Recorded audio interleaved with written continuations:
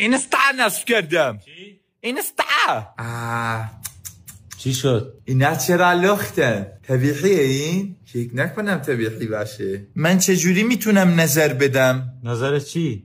این خانم اینجا چیزی گذاشته میخوام نظر بدم. بنویسم ماشاءالله. پسرم برو یه اسید بگیر. اسید واسه چی؟ تو اینستا دیدم گفته اگه به گلهتون اسید بزنید رشد خوبی میکنه. پسرم تو این آب یخو درست کردی؟ آره. تو اینستا دیدم گفتن اصلا نباید آب یخو اینجوری درست کرد. پس چجوری درست کنم؟ نمیدونم تا اینجا شدیدم بعدش اینترنت هم قطع شد.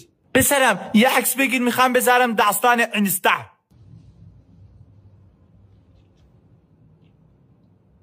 پسرم این تو نیستی؟ نه بابا. بابا سیگار دستش تویی؟ پسرم چرا من هر چی تو رو میزنم پیدا نمیکنم تو اینستا تو رو؟ من اینستا ندارم.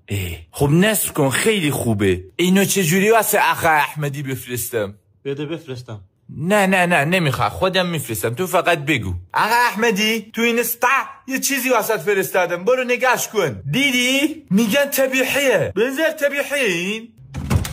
کجا بودی؟ بیرون. تو اینستا دیدم میگه نباید برید بیرون.